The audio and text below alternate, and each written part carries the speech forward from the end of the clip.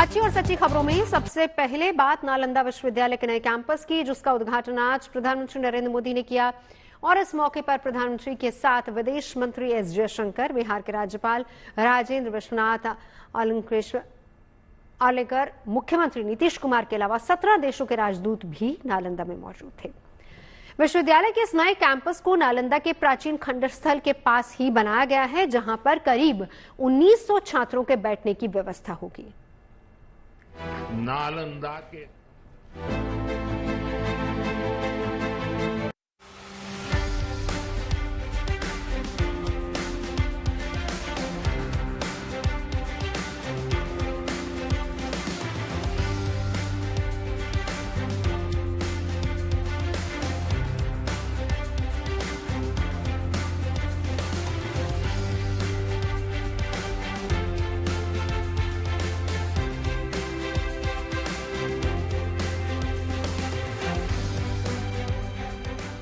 PM Modi ने जैसे ही शिलापट से पर्दा हटाया, नालंदा विश्वविद्यालय करीब 800 सालों बाद फिर से जीवंत हो उठा। 17 देशों के सहयोग से केंद्र सरकार ने राजगीर में नालंदा विश्वविद्यालय का ये चमचमाता हुआ नया कैंपस बनाया है, जिसका उद्घाटन आज प्रधानमंत्री नरेंद्र मोदी ने किया। इस मौके पर प्रधानमंत्री के साथ विदेश मंत्री एस जयशंकर, बिहार के राज्यपाल, मुख्यमंत्री और 17 देशों के राजदूत मौजूद रहे। एक यूनिवर्सिटी कैंपस के इनॉग्रेशन में इतने देशों का उपस्थित होना, ये अपने आप में अभूतपूर्व है। नालंदा यूनिवर्सिटी के पुनर्निर्माण में हमारे साथी देशों की भागीदारी भी रही है। मैं इस अवसर पर भारत के सभी मित्र देशों का, आप सभी का अभिनंदन करता हूं। इस नए कैंपस की स्थापना नालंदा विश्वविद्यालय अधिनियम 2010 के तहत की गई है और इसका नाम भी प्राचीन नालंदा विश्वविद्यालय के नाम पर रखा गया है, जो नालंदा के प्राचीन खंडहरों के करीब ही है, जिसके उद्घाटन से पहले पीएम ने 1600 साल पुराने नालंदा विश्वविद्यालय के खंडहर का दौरा किया।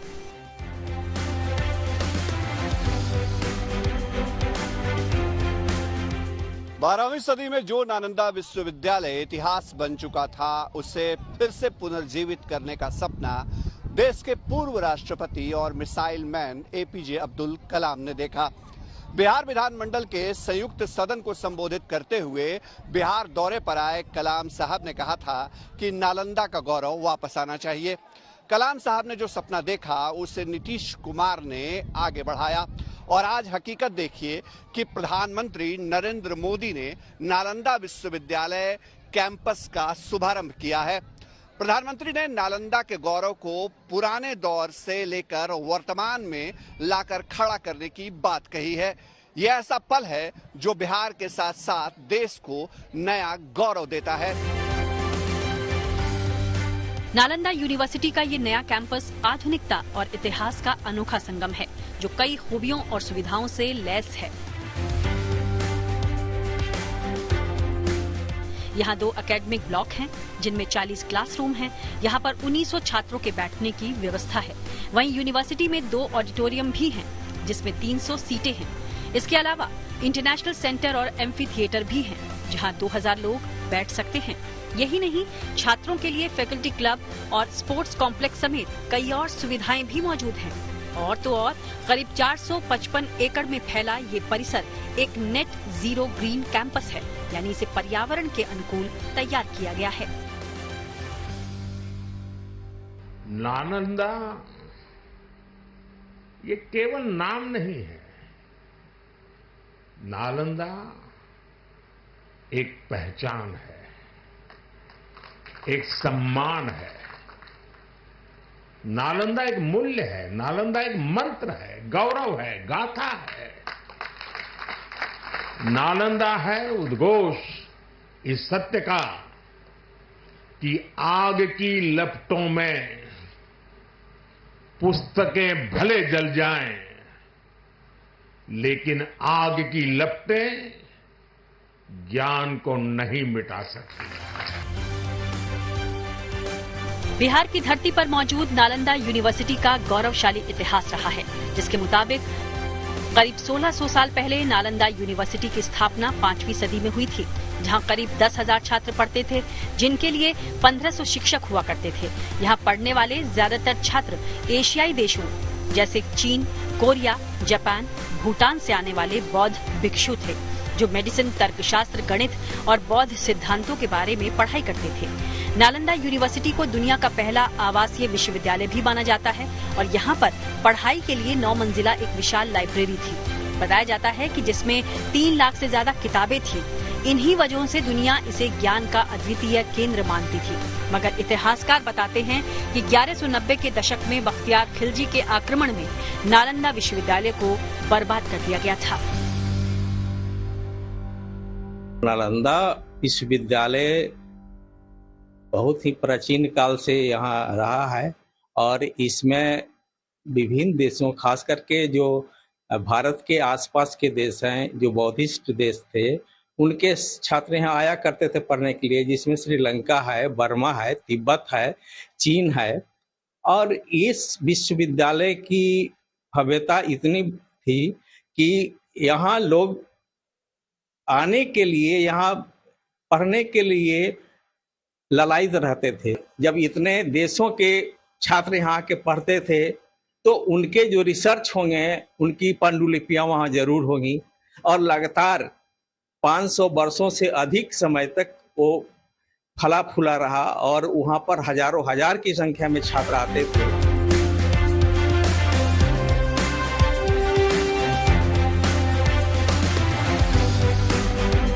हालांकि 800 सालों बाद फिर से नए कैंपस के रूप में नालंदा विश्वविद्यालय का गौरव लौट आया है, जहां अभी 17 देशों के 400 स्टूडेंट्स पढ़ाई कर रहे हैं और यहां एशिया की सबसे बड़ी लाइब्रेरी भी बनाई जा रही है।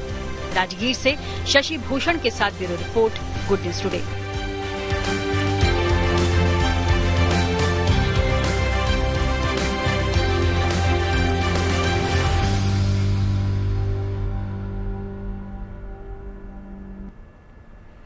और चलिए अब आपको लिए चलते हैं पूर्वोत्तर, जहां पर इन दिनों भारी बारिश के चलते कई राज्यों में हालात बेहद गंभीर हैं। खासकर असम, मेघालय और सिक्किम में बारिश, बाढ़ और लैंडस्लाइड की घटनाओं ने लोगों की परेशानी बढ़ा दी है।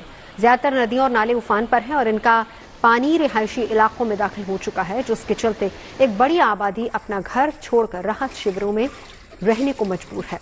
बाढ़ पीड़ितों की मदद के लिए एनडीआरएफ और एसडीआरएफ समेत तमाम एजेंसियां लगी हुई हैं।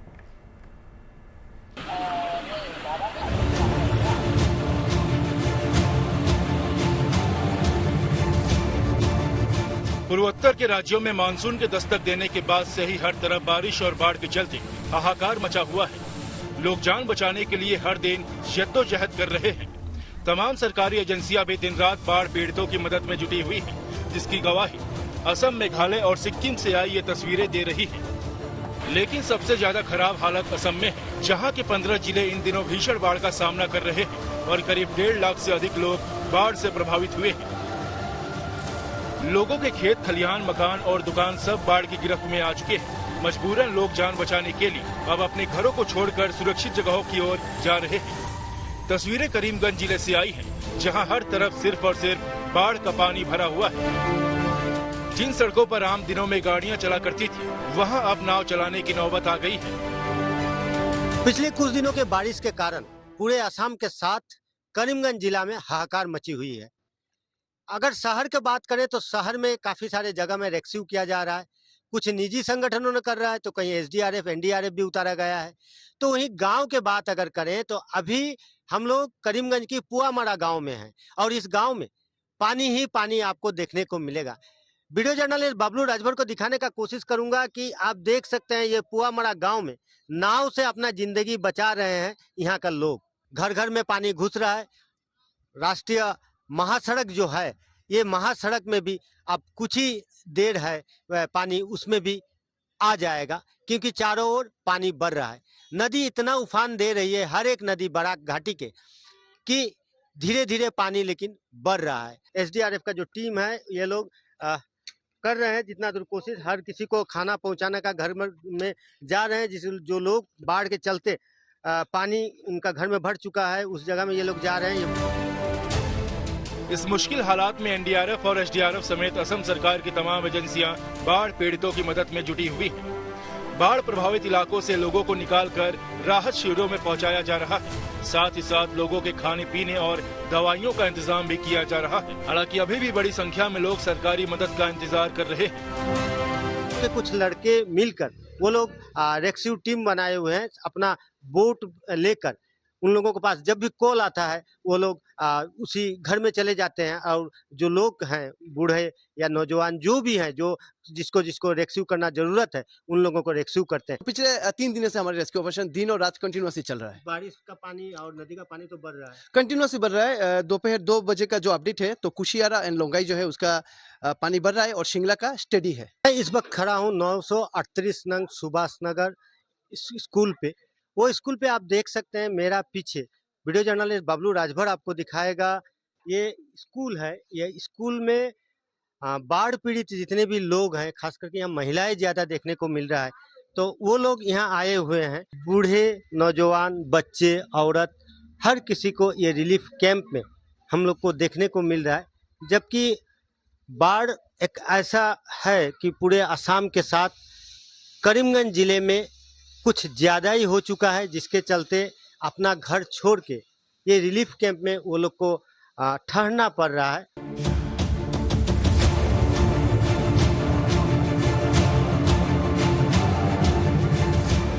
असम जैसे ही हालात पूर्वोत्तर के एक और राज्य मेघालय में भी है, जहां के 6 जिलों में 42 से अधिक गांव बाढ़ की मार झेल रहे हैं। मेघालय राज्य आपदा प्रबंधन प्राधिकरण के मुताबिक पश्चिमी गारो हिल्स सबसे अधिक प्रभावित जिला रहा है, जहां के 24 से अधिक गांव प्रभावित हैं। उधर उत्तरी सिक्किम में भी बीते 2 दिनों से जगह जगह फंसे हुए सैलानियों को बचाने का अभियान लगातार जारी है। सेना के साथ एनडीआरएफ और एसडीआरएफ की टीमें खराब मौसम में भी सैलानियों के रेस्क्यू में जुटी हुई है। राहत और बचाव टीमों के इस जज्बे को बचाए गए सैलानी भी सलाम कर रहे हैं। हम यूपी से 12 तारीख को नाम सिटी में घूमने आए। 12 तारीख को ही यहाँ पर रोड डैमेज हो गई, जिसकी वजह से जब हम लौट रहे थे तो हमें आगे रास्ते से ही वापस लौटाकर गुरुद्वारे में होल्ड किया गया और वहीं पर हमारे लिए सारी व्यवस्थाएं दी गई। और उसके बाद बॉर्डर रोड ऑर्गेनाइजेशन के द्वारा हम लोगों के लिए ये रोड वैकल्पिक रोड तैयार की गई है, जिसकी वजह से हम यहाँ तक पहुँचे और अब अपने अपने घर में जाए। पूर्वोत्तर के राज्यों को अभी इस बारिश से राहत मिलने के आसार नहीं, क्योंकि मौसम विभाग का अनुमान है कि पूर्वोत्तर के राज्यों में अभी कुछ और दिन भारी बारिश का ये दौर ऐसे ही जारी रहेगा। आप देखिए कि पूरा आपका हिस्सा क्लाउड से भरा हुआ है और इस समय जहाँ काफी ज्यादा रेनफॉल एक्टिविटी हो रही है, एक्सट्रीमली हैवी रेनफॉल एक्टिविटी हो रही है, जिसके लिए हमने असम, मेघालय, साउथ हिमालयन, वेस्ट बंगाल वहाँ के लिए रेड अलर्ट भी दे रखा था और हमारा यही अनुमान है जहाँ रेनफॉल एक्टिविटी थोड़ा चालू रहेगा। मौसम विभाग के इस ताजा अनुमान और नदियों के लगातार बढ़ते जलस्तर को देखते हुए तमाम राहत और बचाव एजेंसियों को अलर्ट पर रखा गया है, ताकि प्रभावित इलाकों में वक्त पर मदद पहुंचाई जा सके। असम से दिलीप कुमार सिंह और दिल्ली से मनीषा लड्डा के साथ bureau report, good news today. तो एक तरफ दिल्ली और एनसीआर में प्रचंड गर्मी पड़ रही है, वहीं दूसरी तरफ उससे बचने के लिए बिजली की बढ़ती डिमांड, जिसका दबाव अब साफ दिखने लगा है। दिल्ली, नोएडा, ग्रेटर नोएडा में बिजली कटौती और अब बढ़ते पारे की वजह से और ज्यादा परेशान कर रही है।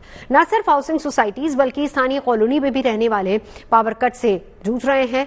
न तो उनको दिन में चैन मिल रहा है और न ही रात में सुकून की नींद मिल पा रही है। और इस बीच किसी के पास जवाब तक नहीं है कि उनके घरों में बिजली की सप्लाई कब हो पाएगी। यही वजह है कि वो सड़कों पर नजर आ रहे हैं।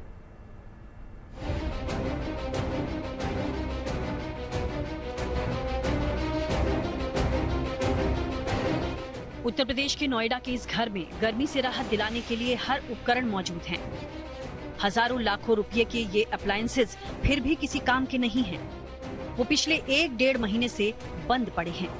वजह ये है कि घर में बिजली ही नहीं है। नतीजा ये है कि इस घर में लोग हाथ के पंखों के भरोसे हैं। ये हाल ग्रेटर नोएडा एक्सटेंशन के हैबतपुर के हर घर का है, जहां 1.5 महीने से पूरे दिन सिर्फ 5 से 7 मिनट के लिए ही बिजली आती है। तो यहाँ मंजर ऐसा हो गया है कि 24 घंटे हो गए हैं बिजली ही नहीं आई। और इस मौसम में जिसमें बिना पंखे के, बिना एसी के रहना मुश्किल हो जाता है। ये घर देखिए, पंखे लगे हुए हैं, कूलर भी लगा हुआ है, एसी भी लगा है, लेकिन सब ठप पड़ा है। बिजली नहीं रहने की वजह से पानी की भी जबरदस्त किल्लत है। 24 घंटे में आधा घंटे तक भी पावर सप्लाई नहीं होने की वजह से मोटर नहीं चल पाती। जमीन से टंकी तक पानी जाए कैसे? नतीजतन हैबतपुर में रहने वाले हर परिवार को रोजमर्रा की जरूरी चीजों के साथ पानी भी खरीदना पड़ रहा है, वो भी दोगुने और तिगुने रेट में। पानी भी नहीं है, पानी भी नहीं, पानी भी नहीं है। बस गर्म पानी की क्या बताएं कि हम मतलब मोटर चला के पानी भी नहीं भर सकते हैं। इस वक्त उत्तर भारत के दूसरे शहरों की तरह नोएडा के स्कूल्स में भी गर्मी की छुट्टियां चल रही हैं, लेकिन गर्मियों की छुट्टियां बच्चों के लिए मुसीबत बन गई है। छोटे बच्चे पंखे, कूलर और एसी के न चलने से घर में बंद रहने को मजबूर हैं। लाइट नहीं आ रही है, समर वेकेशन पड़ गई होगी, गर्मी की छुट्टियां, दिक्कत हो रही होगी बहुत। हाँ, हो रही है। तो क्या आप इसी के सहारे सोते हो, पंखा ही चलते हो? हाँ, इसी के सहारे सोते हैं। भीषण गर्मी के दौरान पावर कट से सिर्फ ये छोटी बच्ची ही परेशान नहीं, बल्कि गांव के बड़े बुजुर्ग भी पस्त हो गए हैं। कुछ बुजुर्गों ने कमरों से बाहर निकलकर घर के मुख्य दरवाजे पर जमीन पर चादर बिछा ली है। इससे गर्मी में थोड़ी राहत मिल जाती है। कुछ ऐसा ही हाल ग्रेटर नोएडा वेस्ट के चिपियाना इलाके का है। यहाँ हजारों की आबादी में लोग रहते हैं। दुधेश्वर एनक्लेव में पिछले 15 दिनों से बिजली के दर्शन दुर्लभ हैं। 24 घंटे में सिर्फ 2 घंटे ही यहाँ पावर सप्लाई हो पा रही है। सूर्य देवता रहम खाने को तैयार नहीं, तो वहीं दूसरी तरफ सरकारी सिस्टम भी अब लोगों के लिए एक समस्या बन गया है। हम मौजूद हैं ग्रेटर नोएडा वेस्ट में और इतनी गर्मी में लाइट यहाँ बार बार जा रही है, लेकिन उसके बावजूद जब फोन किया जाता है तो कोई सोल्यूशन नहीं मिलता है। लोग बिना लाइट के रहने को मजबूर हैं। कह रहे हैं दिन तो छोड़िए, रात में भी लाइट नहीं मिल रही है। हालात असहनीय हैं, पर पूर्वांचल विद्युत वितरण निगम लिमिटेड के अधिकारियों को लोगों की तकलीफ से कुछ लेना देना ही नहीं। लाइट की इतनी समस्या हो रखी है कि यहाँ पर 24 घंटे लाइट नहीं आती है। बच्चे इतने परेशान हैं, बहुत ज्यादा परेशान है। ना तो पानी है, क्योंकि लाइट नहीं है तो पानी भी नहीं है। दूसरा क्या है कि यहाँ पे नहीं तो जेई सुनने को तैयार, ना लाइनमैन सुनने को तैयार, ना एचडीओ सुनने को तैयार, ना एक्शन सुनने को तैयार, यानी सबके switch off, permanent switch off. बिजली वितरण से जुड़े लोगों में से किसी का मोबाइल फोन ऑन भी मिल जाता है तो वो कॉल उठाने की जहमत नहीं उठाता। ये गौरव लाइनमैन का फोन लगा रहा हूँ।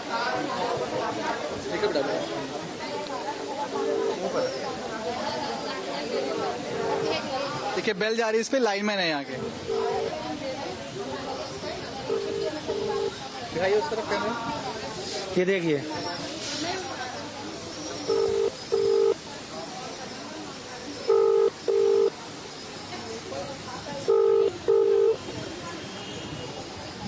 तो देखिए ये हालात हैं कि आप संबंधित अधिकारी को फोन करते रहिए, उनका फोन नहीं उठता। ऐसे में इन इलाकों में रहने वाले कई लोग घर की बजाय पार्क में ही रात बिताने में अपनी भलाई समझ रहे हैं। यानी भीषण गर्मी के दौरान पावर कट की वजह से लोगों को न दिन को चैन मिल रहा है और न ही रात को आराम। फिर भी हर महीने बिजली का बिल जरूर आ जाता है। उत्तर भारत के कई शहरों में दिन की तरह रातें भी तप रही हैं। रात में भी न्यूनतम तापमान 32 से 35 डिग्री तक बना हुआ है, जो सामान्य से 6 डिग्री ज्यादा है। ऐसे में 22 घंटे तक बिजली की कटौती उन्हें और परेशानी में डाल रही है। नोएडा से नीतू झा, ग्रेटर नोएडा वेस्ट से मनीष चौरसिया के साथ bureau report, good news today. आगे बढ़ते हैं, बात करते हैं साइबर सिटी गुरुग्राम की, जहां पर ड्रोन के जरिए जरूरी प्रोडक्ट्स और मेडिसिन किट की डिलीवरी का ट्रायल किया गया। वाकई ये पहल कमाल की है। इससे जहां समय और पैसे की बचत हो रही है, वहीं ट्रैफिक जाम के झंझट से भी छुटकारा मिल रहा है। अगर सब कुछ ठीक रहा तो यहां आने वाले दिनों में कई और चीजों की डिलीवरी ड्रोन के जरिए संभव हो पाएगी।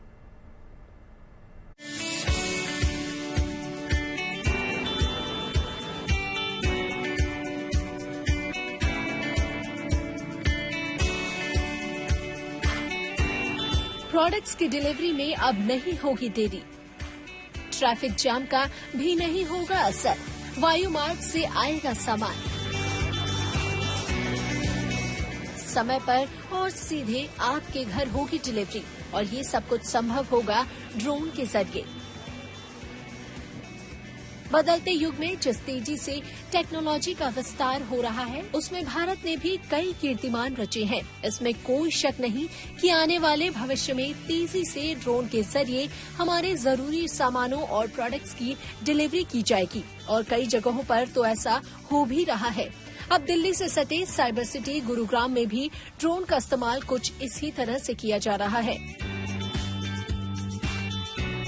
There's a lot of focus by the government on this particular sector to increase adoption of how drones can go and really transform logistics in healthcare, in e-commerce, in quick commerce, and even in agri-commodity. So we are working in these 4 sectors, and we are trying to create disruptions at a larger level, saving time, saving cost, saving environment to a larger extent. कुछ साल पहले इसकी कल्पना की गई थी, वो आज सच साबित हो रही है। ट्रैफिक जाम की समस्या से बचने और लोगों को समय पर दवाई मिले, इसके लिए ड्रोन सेवाएं शुरू हुई है। गुरुग्राम में ड्रोन के जरिए किराने के सामान से लेकर दवाइयां और हेल्थ प्रोडक्ट्स को पहुंचाया जा रहा है। ये इको फ्रेंडली भी है। गुरुग्राम की sky air drone logistic company ने ये सेवा शुरू की है। केंद्र सरकार ड्रोन को बढ़ावा देने के लिए कई योजनाएं ला रही है। सरकार की नमो ड्रोन योजना, लखपति दीदी योजना से देश के लाखों करोड़ों लोगों को फायदा हो रहा है। मेक इन इंडिया के तहत स्वदेशी ड्रोनों का निर्माण किया जा रहा है, जो प्रोडक्ट्स की डिलीवरी के साथ साथ खेती और बॉर्डर पर भी नजर रखने में काम आ रहा है। इसीलिए वो दिन दूर नहीं जब भारत दुनिया की सबसे बड़ी ड्रोन शक्ति बनेगा। Bureau report, good news today. खबरें सच्ची होनी चाहिए, अच्छी खुद ब खुद लगती हैं। Navjot Randhawa signing off. आप सुनते रहिए गुड न्यूज और देखते रहिए गुड न्यूज टुडे।